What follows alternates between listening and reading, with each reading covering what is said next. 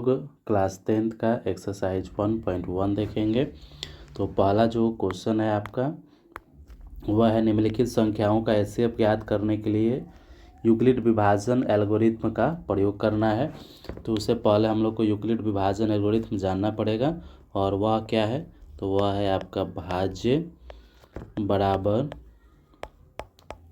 भाजक गुणे भागफल जोड़ शेष। तो भाज्य को a मान लिया गया है, भाजक को b, भागफल को q और शेष को r। ठीक है, तो आपका फॉर्मूला निकल के आ गया a बराबर बी क्यू प्लस r और इसी को यूक्लिड विभाजन एल्गोरिथ्म कहा जाता है। तो पहला जो है एक का एक नंबर जो है वो 135 और 225 है। तो इसको हम लोग भाग विधि से बनाएंगे और इस पर सेट करेंगे। तो 135 भागा 225 एक बार में 135, 5 में से 5 गया 0, 12 में से 3 गया 9। ठीक है, अब 135 लिख देंगे एक बार में 90, घटाएंगे 5 और 13 में से 9 गया 4। ठीक है, 90 और ये दो बार में कट जाएगा, 45 दूनी 90। ठीक है, अब इसको सेट करना है। देखिए ये आपका पहला डिवीज़न है। ठीक है, और आपको पता होना चाहिए कि ये जो बीच वाला है इसको कहा जाता है भाज्य, इसको बोला जाता है भाजक और ये है भागफल और ये वाला है आपका शेष। ठीक है, तो फॉर्मूला है भाज्य बराबर भाजक गुणे भागफल जोड़ शेष। ठीक है, तो भाज्य कितना है 225 है, तो 225 बराबर भाजक 135 गुणे भागफल 1 है जोड़ शेष 90 है। ठीक है, दूसरे बार में भाग दिए तो इसका यह है आपका ये दूसरा वाला। ठीक है, तो यहाँ भाज्य 135, भाजक 90, भागफल 1 और शेष 45। ठीक है, तो भाज्य बराबर लिखेंगे हम लोग 135 बराबर भाजक 90 इंटू भागफल 1 प्लस शेष 45। ये आपका तीसरा स्टेप है ये। ठीक है, तो भाज्य भाजक भागफल शेष। तो भाज्य हो गया आपका 90 बराबर 45, भाजक 45, भागफल 2 और शेष आ गया 0। ठीक है, तो यही जो 45 है यही आपका क्या है एचसीएफ है। तो एचसीएफ बराबर निकल के आ गया एचसीएफ बराबर HCF आ गया आपका 45। ठीक है, तो इसी विधि को कहा जाता है यूक्लिड प्रमेय द्वारा HCF फाइंड करना। अब हम लोग दूसरे क्वेश्चन की तरफ बढ़ेंगे। दूसरा क्वेश्चन है 196 और 38,220। ठीक है, अब फिर से वही फॉर्मूला है आपका भाज्य बराबर भाजक गुणे भागफल जोड़ शेष। ठीक है, यानी कि a बराबर बी क्यू प्लस आर। इसको भी भाग द्वारा हम डिवाइड करेंगे। तो भाग द्वारा जब हम बनाएंगे तो हो जाएगा 196 भागा 38,220। ठीक है, तो ये कटेगा नहीं आपका, तो उसके लिए हम लोग ये डायरेक्ट एक ही बार कट जाएगा और वह कटेगा आपका 195 द्वारा कटेगा 38,220। ठीक है, तो शेष 0 आ गया। तो भाज्य ये है आपका भाज्य, ये है भाजक। ठीक है, इधर वाला है भागफल और ये है आपका शेष। तो भाज्य हो गया 238 220 बराबर भाजक हो गया 196 गुने और भागफल हो गया 195 प्लस और शेष आ गया 0। ठीक है, तो ये आपका आ गया SCF। लिख देंगे SCF बराबर 196। अब हम बात करेंगे क्वेश्चन नंबर 3 की, 1 का 3 की बात करेंगे हम लोग। यहाँ पर है 867 और 255। ठीक है, फॉर्मूला आपको वही है, भाज्य बराबर भाजक गुने भागफल जोड़ शेष। ठीक है, यहाँ 867 ज़्यादा है, 255 कम है, तो हम डिवाइड करेंगे 255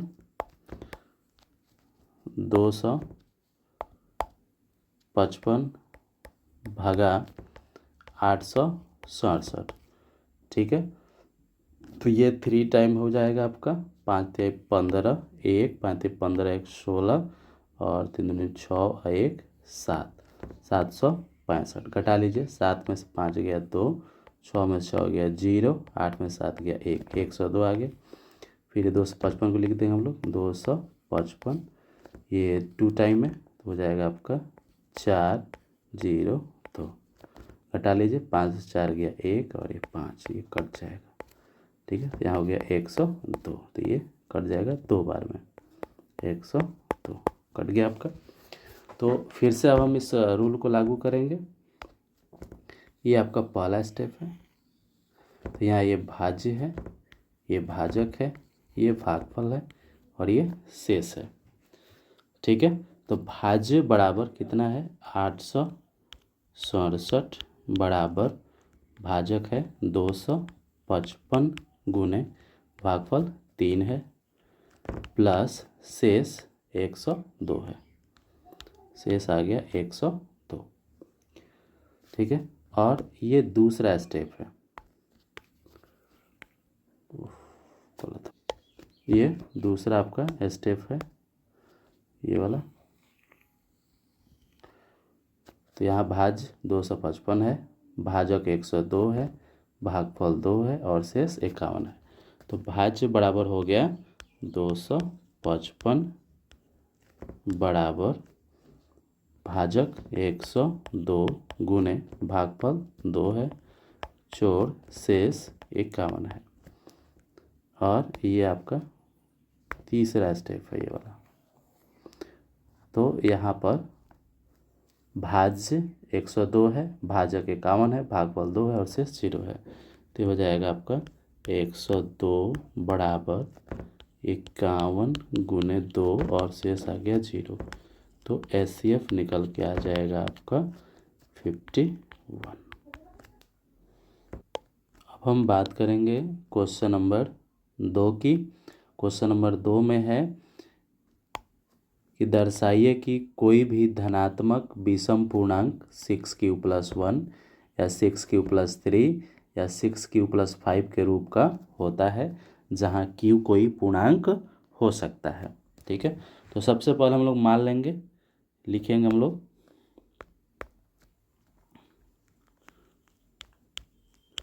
माना कि a कोई धनात्मक विषम पूर्णांक है जो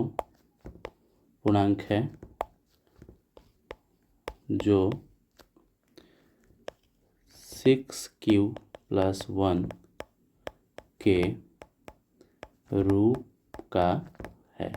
ठीक है, इसको हमने a मान लिया है और यहाँ से इस बात को लिख दिया कि माना कि a धनात्मक विषम पूर्णांक है जिसका रूप आपका 6q+1 है। ठीक है, तो उसके बाद हम क्या करेंगे, हम लिख सकते हैं a बराबर 6q+1। ठीक है, a बराबर 6q+1। तो जब हम a बराबर 6q+1 लिख देंगे, हमें यूक्लिड प्रमेय का इस्तेमाल करना है। तो हम लोग इधर लिखेंगे यूक्लिड प्रमेय से। यूक्लिड प्रमेय होता है a बराबर बी क्यू प्लस आर, जहाँ आर का जो मान है वह 0 से बड़ा होता है या 0 के बराबर होता है, लेकिन बी से छोटा होता है। यानी इसको पढ़ेंगे आर जीरो, आर जो है 0 greater equal to 0 and less than B होता है। ठीक है, तो 0 greater equal to R, sorry, R greater equal to 0 और बी का जो मान है देख लीजिए यहाँ पर, बी के जगह पर यहाँ पर 6 इस्तेमाल हुआ है, तो बी के जगह पर हम 6 रखेंगे। अर्थात आर जो निकल के आ जाएगा, आर क्या निकल के आएगा, या तो 0 होगा नहीं तो 0 से बड़ा होगा लेकिन 6 से छोटा होगा। तो आर आ जाएगा 0 1 2 3 4 5। ठीक है, 0 होगा, 0 से बड़ा होगा और 6 से छोटा होगा, तो 6 से छोटा हम लोग 5 तक लिख दिए हैं। ठीक है, अब हम लोग यहाँ से इसको सॉल्व करेंगे। लिखेंगे जब आर बराबर 0 हो। ठीक है, लिखेंगे यूक्लिड प्रमेय, यूक्लिड प्रमेय से क्या होता है यूक्लिड प्रमेय, ए बराबर बी क्यू प्लस आर। ठीक है, तो ए बराबर बी के जगह पर हम लोग हमेशा 6 का इस्तेमाल करेंगे, तो 6 क्यू प्लस और आर का जो मान है वह कितना है, 0 है।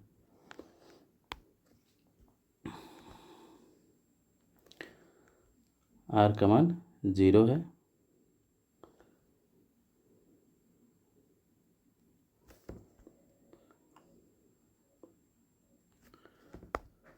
फिर हम लेंगे आर बराबर 1। ठीक है, आर का मान 1 इस्तेमाल करेंगे। फॉर्मूला है ए बराबर बी क्यू प्लस आर, तो ए बराबर बी का मान 6 क्यू प्लस और आर का मान इस पर हम लोग को 1 इस्तेमाल करना है।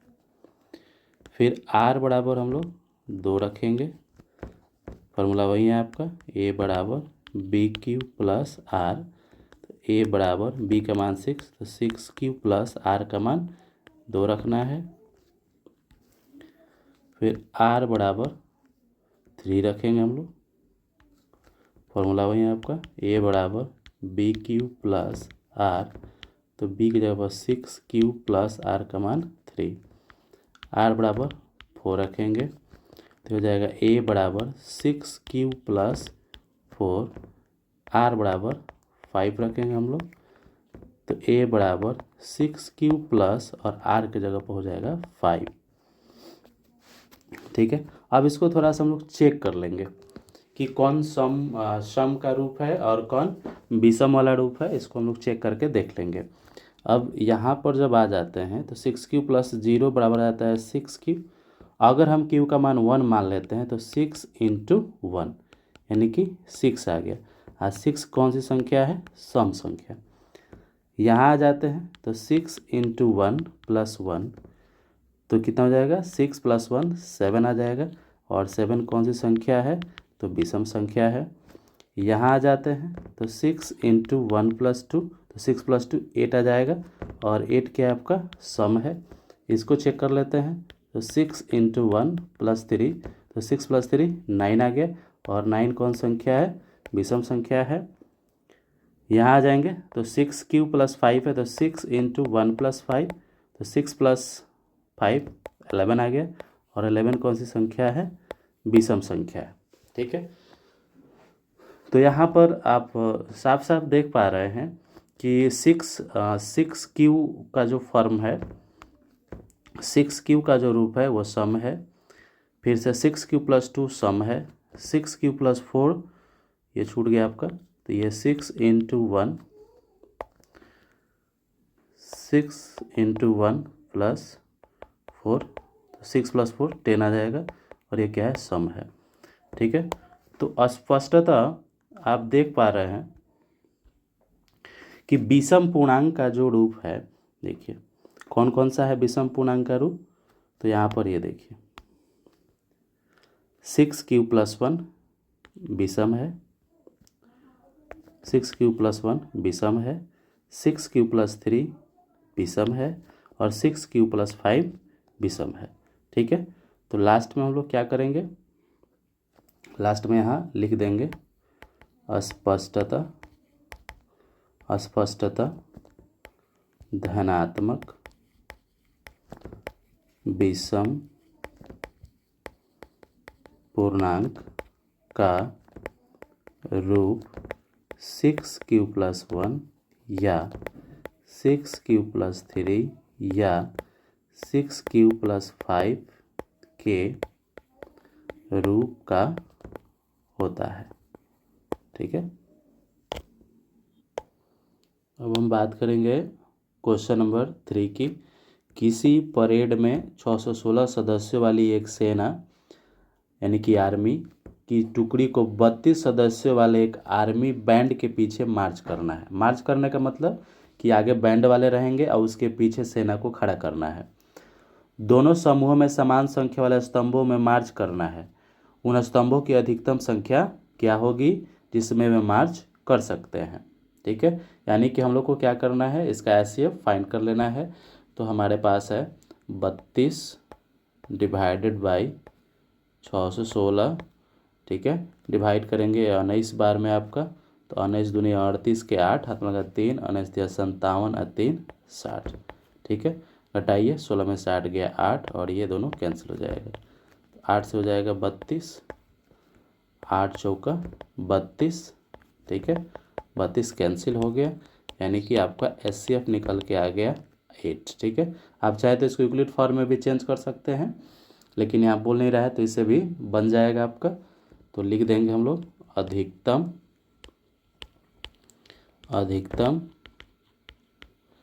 स्तंभों की संख्या बराबर 8।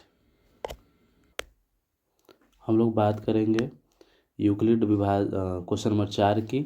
4 कह रहा है कि यूक्लिड विभाजन प्रमेयिका का प्रयोग करके दर्शाइए कि किसी भी धनात्मक पूर्णांक का जो वर्ग है किसी पूर्णांक m के लिए 3m या 3m+1 के रूप का होता है।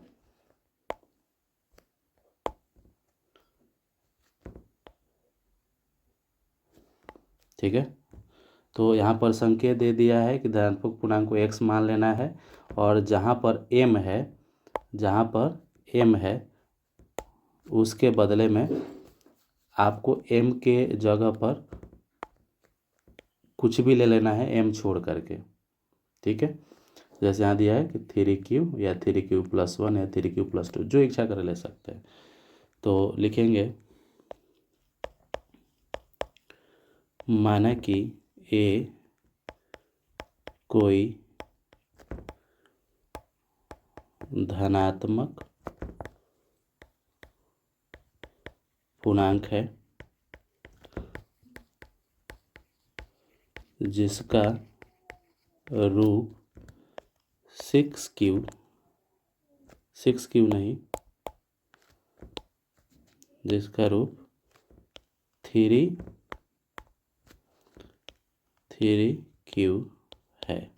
ठीक है, तो a कोई धनात्मक पूर्णांक है और इसका रूप 3q है। इसमें से कोई एक लिख सकते हैं हम लोग। ठीक है, तो 3q है इसका रूप, तो क्या करेंगे, लिखेंगे a बराबर 3q। ठीक है, अब यूक्लिड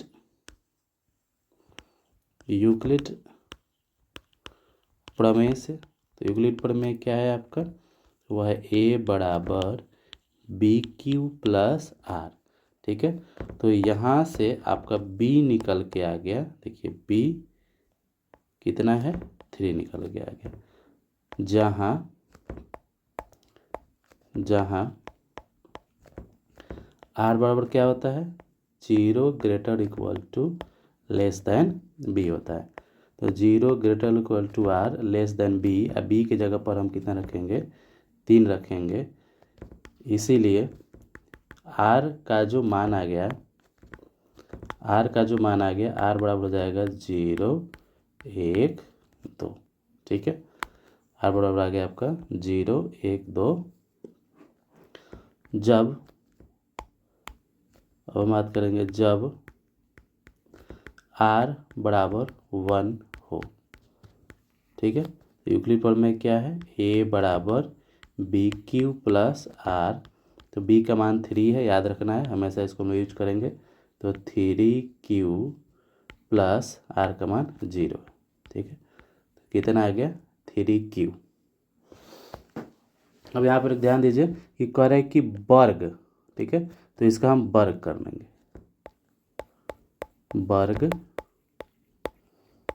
करने पर, वर्ग करने पर, तो जब हम वर्ग करेंगे तो ये हो जाएगा 3 क्यू का होल स्क्वायर, तो 3 का स्क्वायर 9 और क्यू का स्क्वायर क्यू स्क्वायर, ठीक है। इसको लिख सकते हैं 3 गुने, इसको लिख सकते हैं 3 गुने 3 क्यू का होल स्क्वायर, ठीक है। फिर 3 में 3 से गुना करिएगा 9 आ जाएगा, और इसको मान लेना है m, ठीक है। तो निकल के आ जाएगा 3 और इसके बदले में 3m, तो a बराबर आ गया, a बराबर आ गया 3m, ठीक है। अब फिर हम क्या करेंगे, r बराबर 0 लिए थे, अब हम लेंगे r बराबर 1, ठीक है। फॉर्मूला वही है, a बराबर बी क्यू प्लस आर, ए बराबर बी क्यू प्लस आर, तो बी का मान 3 है, तो 3 क्यू प्लस आर का मान 1, ठीक है। और सबका वर्ग करना है, वर्ग ग्रुप पूछ रहा है, तो ये हो जाएगा आपका 3 क्यू प्लस 1 का होल स्क्वायर। तो इसको हम लिखेंगे A square plus 2 B plus B square, तो 3 क्यू का स्क्वायर हो जाएगा 9 क्यू स्क्वायर प्लस ये 6 क्यू प्लस 1, ठीक है।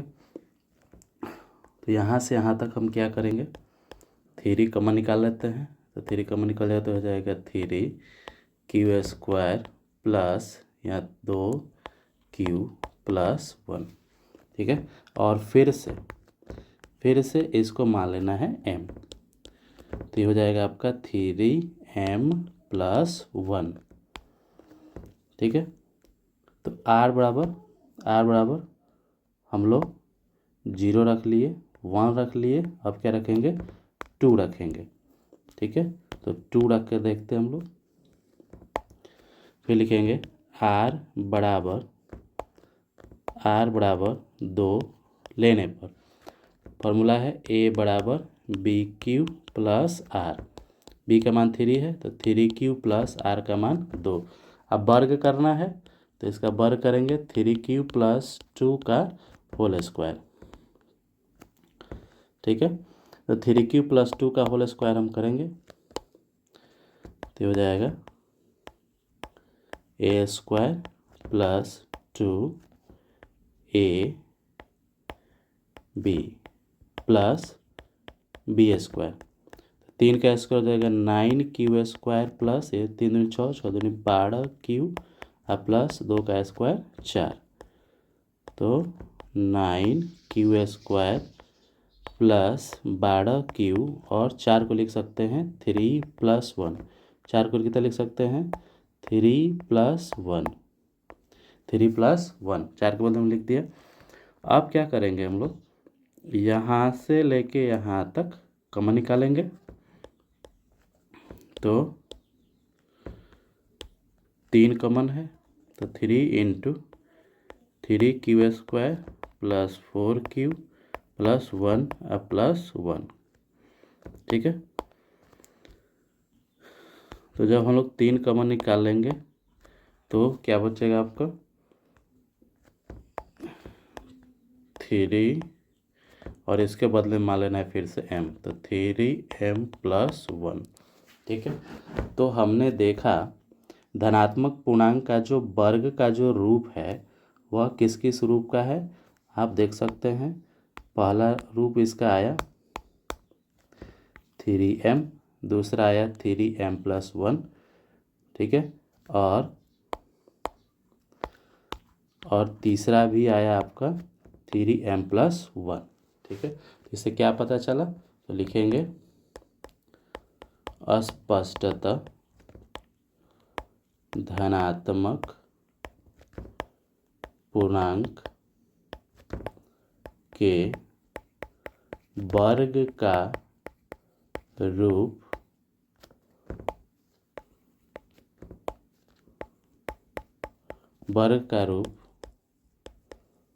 हमेशा 3m या 3m+1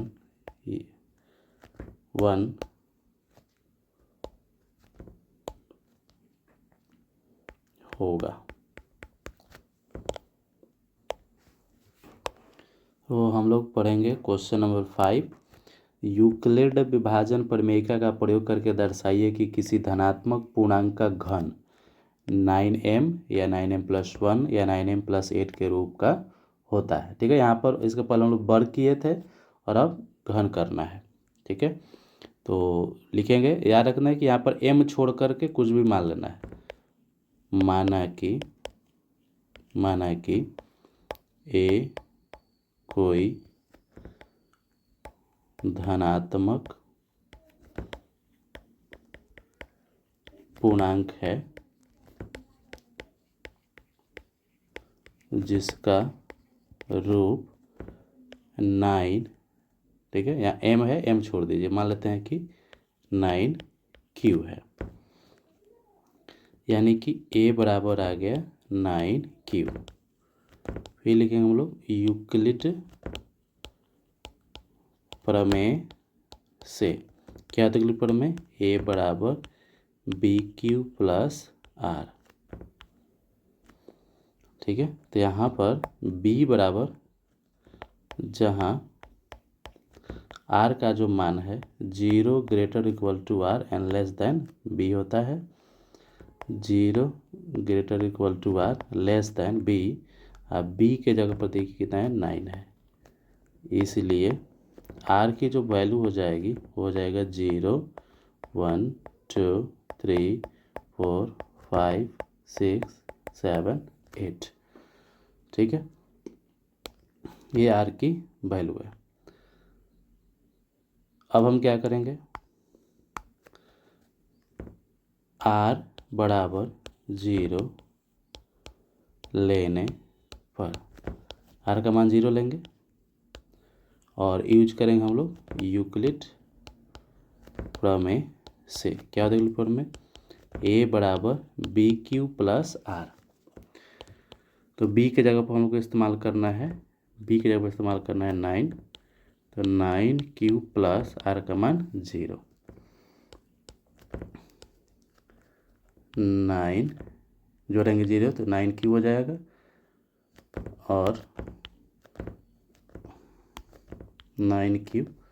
अब इसका हम लोग को क्या करना है, घन करना है, तो इसका घन करेंगे, लिख देंगे घन करने पर, घन करेंगे तो 9q का प्लस 9q का पावर 3, तो 9 को 3 बार मल्टीप्लाई करेंगे तो हो जाएगा 729q²। 729q, इसमें से 9 कॉमन निकाल लेंगे तो हो जाएगा 81q², और इसको m मान लेना है, तो बराबर आ गया आपका 9m। तो a बराबर निकल के आ गया 9m।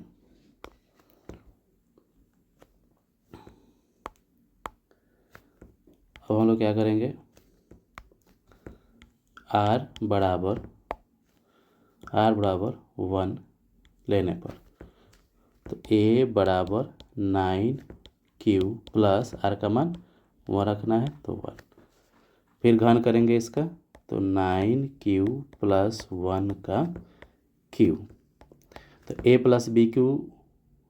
b का होल क्यू का फॉर्मूला होता है aq + bq + 3a² b + 3ab²।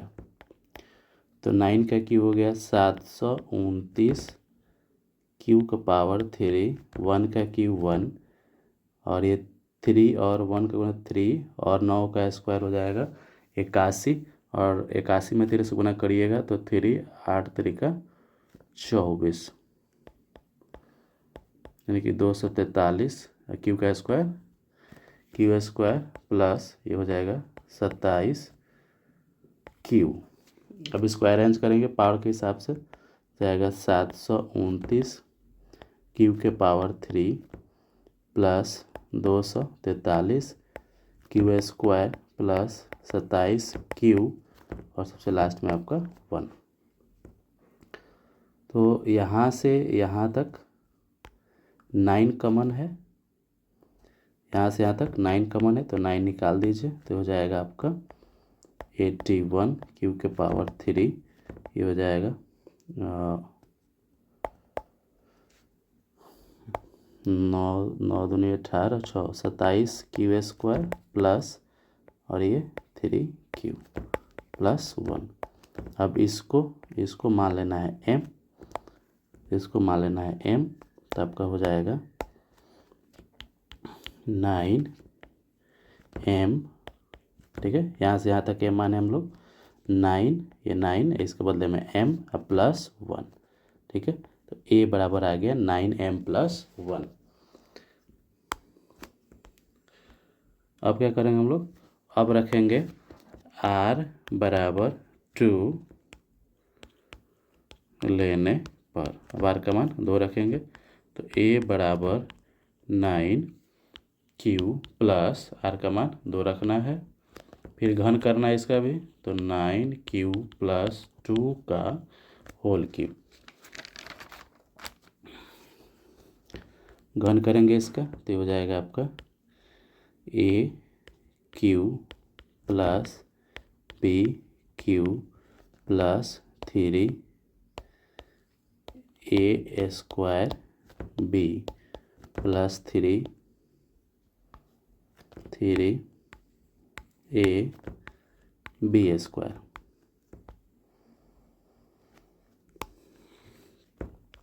तो 9 का क्यूब हो जाएगा 729 क्यू एस, एक सेकेंड, 9 का क्यू हो जाएगा 729 क्यू के पावर 3, 2 का क्यू 8 हो जाएगा 3 इंटू 9 का square 81 Q square into 2 plus ये 3 इंटू 9 क्यू इंटू 2 का स्क्वायर 4, हो गया आपका 729 क्यू के पावर 3 प्लस 8 प्लस ये 6 से गुना करेंगे तो 6 और 8 छक 48 486 क्यू स्क्वायर प्लस 36 108 क्यू। अब इसको अरेंज कर देंगे तो ये हो जाएगा 729 Q square plus 486 Q square plus 108 Q और प्लस 8। अब इसमें कॉमन निकाल लेना यहाँ से यहाँ तक, तो 9 कॉमन है तो हो जाएगा आपका 81 क्यू स्क्वायर प्लस 54, एक सेकेंड, यहाँ पर यहाँ क्यू के पावर 3 होगा क्यू स्क्वायर प्लस और 108 का हो जाएगा आपका 12 क्यू प्लस 8, ठीक है। और इसको मान लेना है m, फिर से जब इसको हम m मान लेंगे तो हो जाएगा 9 और इसके बदले माना है m, तो 9m प्लस 8, ठीक है। और निकालने की ज़रूरत नहीं है, और में हम डॉट डॉट कर देंगे, ठीक है।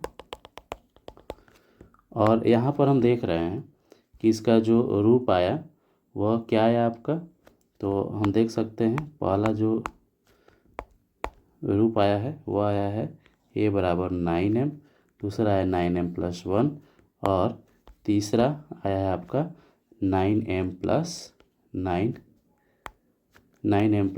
8, ठीक है। तो हमने क्या देखा, स्पष्टतः धनात्मक पूर्णांक का घन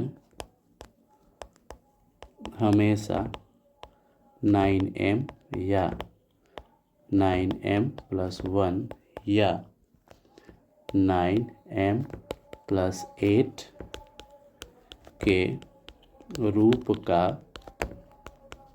होता